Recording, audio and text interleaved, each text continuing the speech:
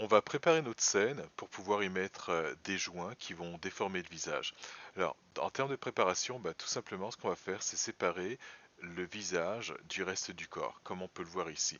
Alors là, on a un border edge qui est pour moi est constamment activé, et pour ça, j'ai été dans les préférences de Maya et display. Ensuite, on va aller dans polygone et là, on peut voir qu'on a highlight border edges. Donc, à chaque fois que j'ai un border edge qui est pas qui doit apparaître, on va le voir ici avec cette représentation de lignes, on va dire plus grosses. Alors, on va tester l'ensemble. Donc, il faudrait qu'on sépare le corps et surtout qu'au niveau du bind, qu'on fasse en sorte qu'en aucun cas ça se détache. Donc là, on peut voir qu'on a vraiment deux parties et elles sont toujours collées l'une à l'autre. Ensuite, alors les petits avantages qu'il va y avoir à ça, bah, il y en a au moins deux. Alors le premier, ça va être en termes de blend shape. Si jamais je fais des blend shape, bah, j'aurai juste à copier cette partie-là plutôt que de devoir copier l'ensemble. Et l'autre avantage que je peux avoir, c'est au niveau du bind. Lorsque je rentre dans le bind, ben, on peut voir qu'on a vraiment beaucoup moins de joints, c'est-à-dire on a juste les joints des paupières qui sont ceux que j'ai rajoutés juste avant. Et avant, il y aurait eu spine, clavicule et cou. On va commencer à le faire. Pour cela, je vais ouvrir la scène où je m'étais arrêté, donc la scène Blink. Et une fois qu'elle est ouverte, cette scène, la première chose que je vais faire dans cette scène, c'est la sauvegarder sous un autre nom. Et ça va être notre scène de départ, Save Scene As. Et le nom que je lui donnais, alors là, je vais choisir tout simplement, ok, Maya ASCII, peu importe. Et je vais l'appeler Visage.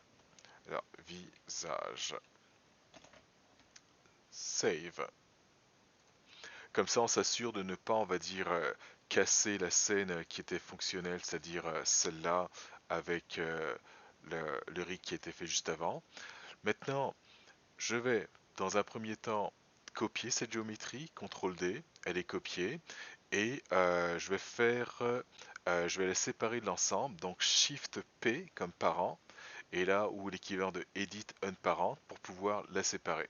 Une fois qu'elle est séparée, qu'on peut la voir ici, je prends tout ça, Delete. Donc j'efface ça, là j'ai uniquement que la géométrie.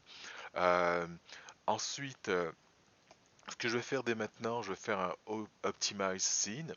Et le Optimize Scene, bah, il va faire un petit peu de ménage dans la scène et enlever les choses non utiles.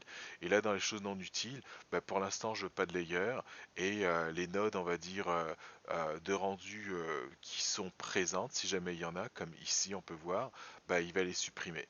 Alors, je vais vous montrer ça rapidement. Si je regarde ça ici, alors je vais l'afficher ici.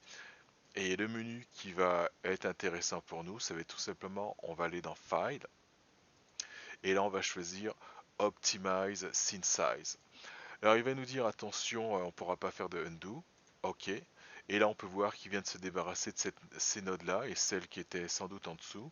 Je vais remettre mon affichage comme il était. Donc là c'est fait, j'en ai plus besoin. Et là dans le script editor on peut voir qu'est-ce qu'il a fait. Donc il a enlevé un déformeur qui n'était pas utilisé, 22 nodes de rendu et 3 layers d'affichage qui étaient vides. Et là on peut voir ces 3 layers d'affichage vides. Alors encore un save. Maintenant on va pouvoir commencer à séparer. Alors pour la séparation je vais me mettre en vue de profil, en vue de côté. Et là, je vais utiliser mon lasso pour pouvoir sélectionner les faces que je veux extraire. Alors, je vais peut-être partir, exemple, de là ou là, peu importe. Là, je fais le tour. Et là, je vais m'arrêter là. Et là, je regarde. Et voilà ce qu'il a sélectionné. Alors je regarde tout autour de ma sélection afin de voir si jamais j'ai besoin d'ajouter manuellement d'autres faces. Et là on peut voir ici, bah, je vais ajouter tout ça ici. Alors tab, et là j'ajoute ça ainsi que celui-là. Et je vais agrandir ma sélection pour qu'elle soit un petit peu plus grande. Alors pour le Grow Selection, j'utilise les raccourcis clavier, sinon ça va être ici Select Grow, donc on peut voir le raccourci qui va être plus grand que. Ensuite, je vais aller dans mon menu, alors je vais m'assurer d'être en modeling, Edit Mesh, et là je vais pouvoir faire un Extract. Donc là c'est fait. Alors je clique pour désélectionner tout ça. Euh, Vu que j'ai rien, j'ai pas de déformeur dans cette scène, je vais pas hésiter à effacer l'historique. Alors Delete All by Type historique. Donc là, tout est effacé. Alors on peut voir les différentes parties. Alors ces parties, je vais les renommer. Donc là, j'ai le top, alors body top.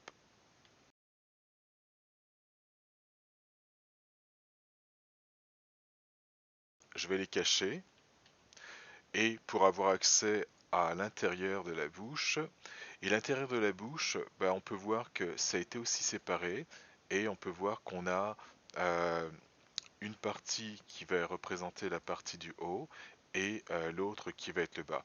Alors ce que je vais faire, c'est que je vais combiner, on va dire, tout ce qui concerne le haut ensemble pour pouvoir séparer la partie du haut de la partie du bas. Donc là, je pense que ça devrait être bon comme ça. Alors, Mesh Combined, donc là c'est fait. Alors lui, je vais le cacher temporairement.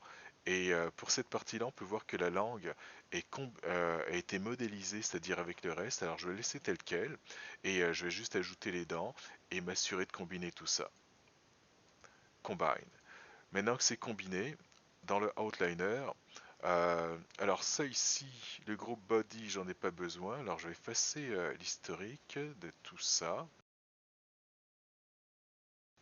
Tout ça, je vais le déparenter et le groupe body 1, j'en ai pas besoin.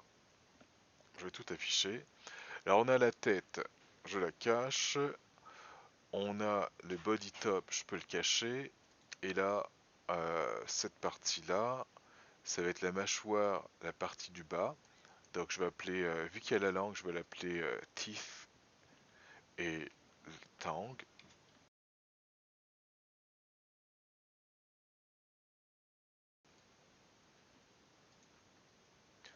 Donc tout est là. La dernière chose que je vais faire, c'est le pivot pour chacune des géométries. Le pivot, faudrait qu'il soit ici au centre du monde. Donc ça a l'air d'être bon pour le corps, pour la tête, ça a l'air d'être bon. Par contre, pour les dents, eux, ben, ça sera peut-être pas le cas. Donc là, comme on peut le voir, et ce que je vais faire, c'est changer le pivot. Alors pour ça, je vais appuyer sur la touche D. Et ce que je pourrais faire dans cette zone-là, alors par défaut, je pense que bah, si vous l'avez pas, en cliquant ici, on peut l'avoir. Et par défaut, si je me trompe pas, c'est en select par nom. Alors on va cliquer ici et on va se mettre à absolute. Et là, je vais rentrer les valeurs 0, 0, 0. Et là, il l'a placé ici. Alors je clique et je vais faire la même chose pour la partie du bas de la mâchoire. Alors je vais d'abord appuyer sur D pour passer en mode pivot. Et là, je vais pouvoir rentrer 0, 0, 0. Donc là, ça devrait être bon. Alors j'essaye vite fait. Le pivot est en bas, pivot en bas. Et pour les deux autres, ça va être la même chose. Pivot en bas, pivot en bas. Alors maintenant que tout ça c'est fait, je vais de nouveau sauvegarder ma scène. Alors save, je vais effacer l'historique au cas où. Alors edit, delete by type, all by type historique. Donc là, pas d'historique. Bon, optimize scene, je pourrais le faire encore une fois. Normalement, je pense pas qu'il va trouver grand chose, donc je pourrais le vérifier. Et là, on peut voir qu'il a rien enlevé, donc c'était déjà bien, tant mieux. Et mon dernier save, et ça c'est la séparation du visage.